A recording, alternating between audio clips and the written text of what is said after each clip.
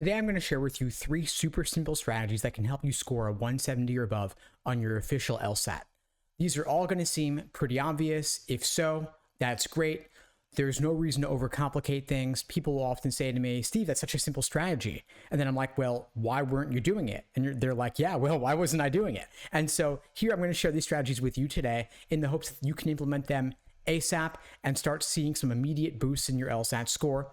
The first is to understand the text. The second is to solve all the questions. And the third is to approach those questions in a logical order. Now, when I say we want to make sure that you understand the text, that means in logical reasoning, you want to make sure that you understand the stimulus before moving on to the answer choices. In reading comprehension, you want to make sure that you understand the passage text before going on to the questions. For logical reasoning, understanding the stimulus on a deep enough level means that you could easily translate one logical reasoning question type into another based on that method of reasoning in the stimulus. Far too many students get obsessed with drilling LSAT questions by type, doing dozens of strengthen questions in a row, dozens of weaken questions in a row, when sometimes, especially when you are scoring 160, 165 or above, you're not getting questions wrong because of the question stem type. You're getting them wrong because you're dealing with a difficult method of reasoning in the stimulus.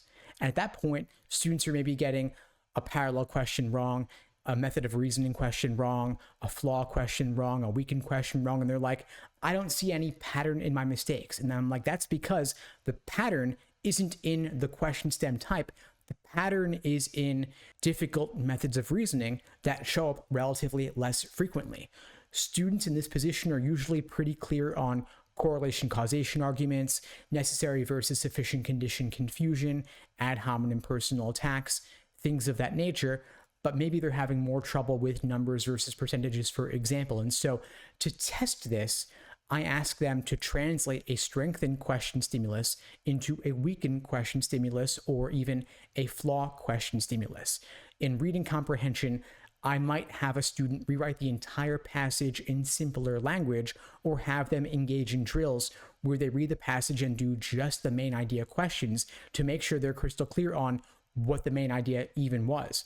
Both of these strategies that I've just shared are elements of the Socratic review method that I demonstrate in my private one-on-one coaching programs, as well as in my live small group coaching sessions.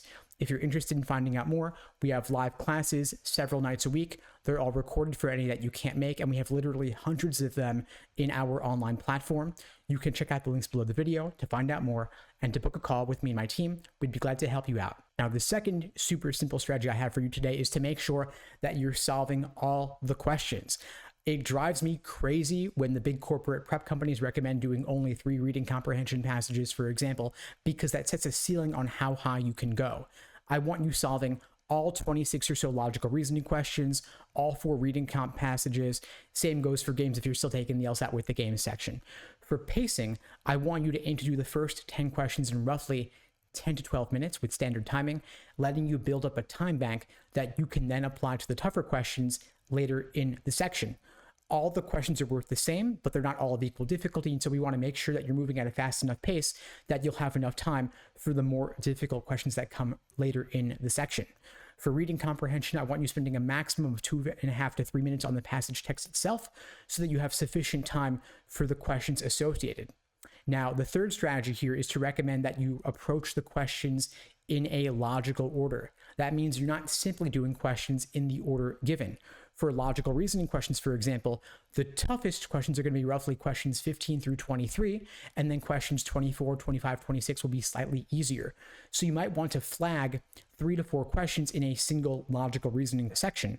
That's actually what I'll personally do.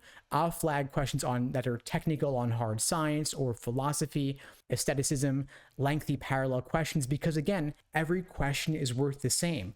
Why would I risk getting bogged down on a single tough question at the risk of potentially never getting to an easier question later in the section? So in logical reasoning, we're flagging a couple, we're skipping them, we're coming back to them later, approaching them out of order, given that every question is worth the same.